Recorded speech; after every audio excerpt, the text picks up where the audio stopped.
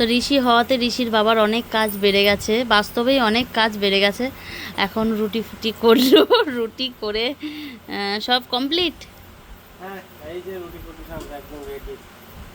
এই যে আমি হটপটের মধ্যে কটাগুলো রুটি রেখেছি, হটপটে দেখতে পাচ্ছি ধোঁয়া উঠছে।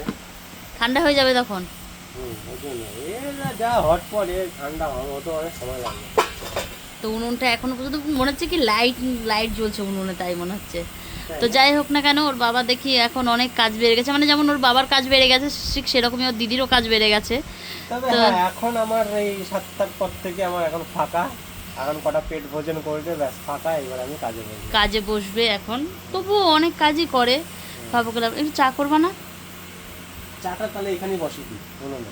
এই উনুনে বসি দিই, তাহলেই হয়ে গেল। আবার কালি হবে তো। কিছু করার এখন কিছু করার নেই, এখন কি এইটুকু দিন আবার উনুনে ধরবো না? তাহলে একটু চা করো, খাবো। কড়াইতে করি কি আছে। ও না থাক, আমি করে নেব।